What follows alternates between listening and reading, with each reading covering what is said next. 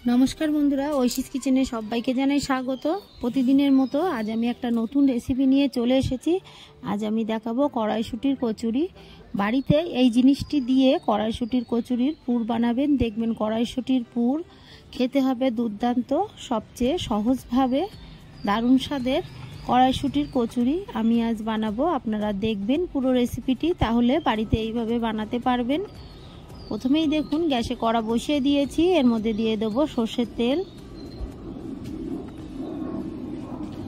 এই তেলটাকে আমি খুব ভালো করে গরম করে নেব। তারপর এর মধ্যে দিয়ে দিলাম হিং।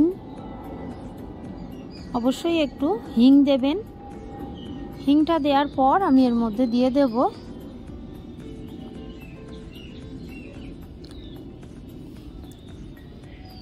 কালো জিরে, হাফ টিস্পুন কালো জিরে আমি ফোড়ন দিলাম। তারপর দিয়ে দিলাম আদা কাঁচা লঙ্কা বাটা দিয়ে বেশ কিছুক্ষণ ভালোভাবে আদা কাঁচা লঙ্কাটাকে আমি কষিয়ে নেব। যতক্ষণ আদা কাঁচা লঙ্কার কাঁচা গন্ধ না যায় ততক্ষণ আমি নেড়ে নেব।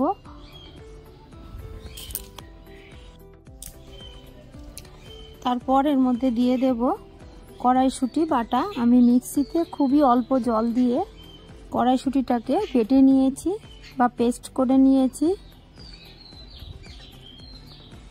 আপনারা এইভাবে বাড়িতে ভালো করে কড়াইশুঁটিটাকে মিক্সিতে পেস্ট করে নেবেন, যেন দানা দানা না থাকে। দানা দানা থাকলে পুর কিন্তু ফেটে বেরিয়ে যাবে লুচি বেলার সময় বা ভাজার সময়। দিয়ে দিলাম লবণ, স্বাদ অনুযায়ী লবণ আমি দিলাম। এরপর দিয়ে দেব হাফ টিস্পুন চিনি দিয়ে বেশ কিছুক্ষণ নেড়ে নেব। যতটা সম্ভব কম জল দিয়ে কড়াইশুঁটিটাকে পেস্ট করে নেবেন, খুব বেশি জল দেবেন না।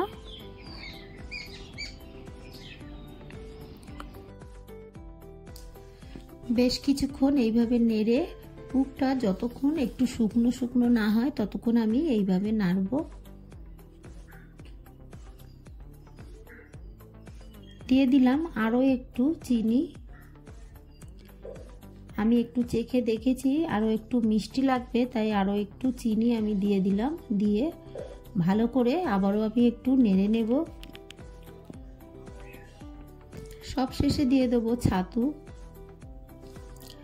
আমি এখানে 2 টিস্পুন মতো ছাতু দিলাম। আপনারা অবশ্যই একটু ছাতু দেবেন। দিয়ে ভালো করে নেড়ে এটাকে আমি নামিয়ে নেব। এই ছাতুটা দিলে পুরটা খুব তাড়াতাড়ি শুকনো হয়ে যাবে আর পুরের স্বাদটা দ্বিগুণ হয়ে যায়, তাই আপনারা অবশ্যই একটু ছাতু দেবেন। আর বাড়িতে যদি ছাতু না থাকে তাহলে 2 টিস্পুন বেসন শুকনো খোলায় একটু নেড়ে নিয়ে সেই বেসনটা দিয়ে দেবেন। দেখছেন ছাতু দেওয়ার সঙ্গে সঙ্গেই দেখুন কতটা শুকনো হয়ে গেল। এর যে রসটা ছিল সেটা এই ছাতুটায় টেনে নেয়।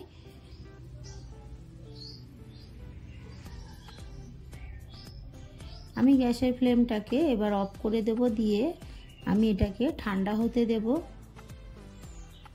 কড়া দিয়ে দেখুন পুরটা উঠে আসছে, তার মানে এটা হয়ে গেছে। এরপর এদিকে দেখুন আমি এখানে 2 বাটি নিয়েছি ময়দা, তার মধ্যে দিয়ে দিলাম 1 বাটি আটা, দিয়ে দেব চিনি। এর মধ্যে আমি একটু লবণ দিয়েছি, সেটা অফ ক্যামেরা হয়ে গেছে, আপনারা অবশ্যই দেবেন। 1 টিস্পুন ঘি দিলাম এর মধ্যে। আর তারপর দিয়ে দেবো সাদা তেল। আপনারা চাইলে শুধু ঘি বা শুধু সাদা তেল দিয়ে করতে পারেন। আমি একটু ঘি আর একটু সাদা তেল দিলাম। এই ময়নটাকে খুব ভালো করে এই আটা ময়দার সঙ্গে মিশিয়ে নেব। তারপরে অল্প অল্প জল দিয়ে আমি একটা ডো বানিয়ে নেব। আমরা লুচি বানানোর সময় যেমন ডো বানাই ঠিক তেমনই একটা ডো আমি বানিয়ে নেব।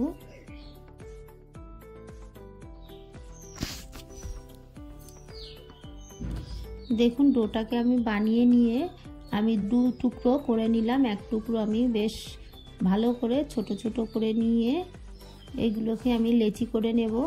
আপনারা খুব ভালো করে মাখিয়ে নেবেন। আমি অফ ক্যামেরায় কিন্তু খুব ভালো করে ডোটাকে মাখিয়ে নিয়েছি। তারপর আমরা যেমন লুচি করি সেই লুচির সাইজেই দেখুন আমি ছোট ছোট পিস করে নিচ্ছি। তারপর দেখুন একটা পিস নিয়ে এইভাবে হাতের সাহায্যে আমরা যেমন পুলি পিঠে খুলি বানাই ঠিক তেমনই একটা খুলি মতো করে নেব। তবে খেয়াল রাখবেন মাঝখানটা একটু মোটা রাখবেন, সাইডগুলো চেপে চেপে বড় করবেন। মাঝখানটা পাতলা থাকলে বেলার সময় এই যে পুরটা দিলাম এই পুরটা বেরিয়ে যাবে, তাই মাঝখানটা মোটা রেখে হালকা হাতে এইভাবে করে নেবেন। দেখুন কত সহজে পুরটা আমি দিয়ে মুখটাকে বন্ধ করে দিলাম। এইভাবে আপনারা বানিয়ে নেবেন। আরও একটা আমি বানিয়ে দেখাচ্ছি, দেখুন।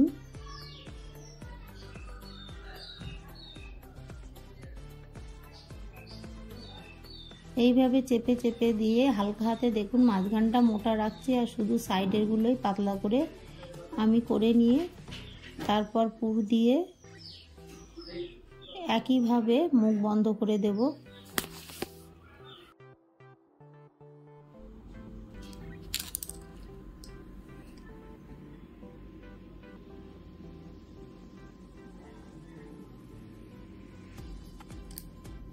এইভাবে আমি সবগুলো বানিয়ে নেব।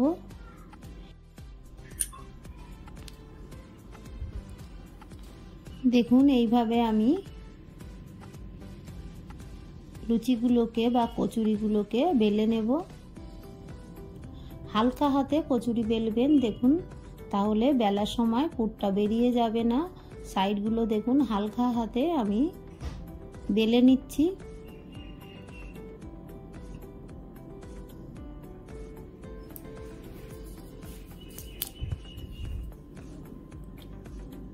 এইভাবে সব কচুরিগুলোকে আমি বেলে নেব। গ্যাসে কড়া বসিয়ে দিয়ে তেল আগে থেকেই আমি বসিয়ে দিয়েছিলাম। এই তেলের মধ্যে কচুরিটাকে আমি দিয়ে দিলাম। তেলটা খুব গরম করেনি, দেখেই তো বুঝতে পারছেন।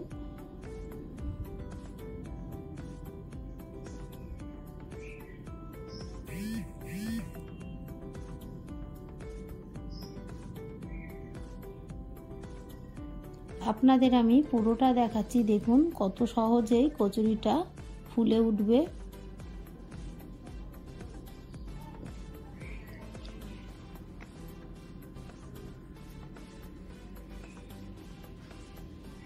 কচুরিটাকে আমি ভেজে নিলাম, এরপর তুলে নেব।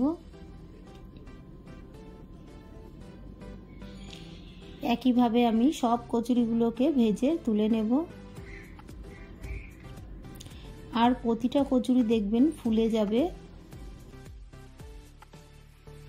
আমার এই রেসিপিটি আপনাদের ভালো লাগলে প্লিজ আমার চ্যানেলটিকে সাবস্ক্রাইব করে পাশে থাকা বেল আইকনটি ক্লিক করে দেবেন, তাহলে আমি যখন কোনো নতুন ভিডিও ছাড়বো সঙ্গে সঙ্গে আপনাদের কাছে পৌঁছে যাবে।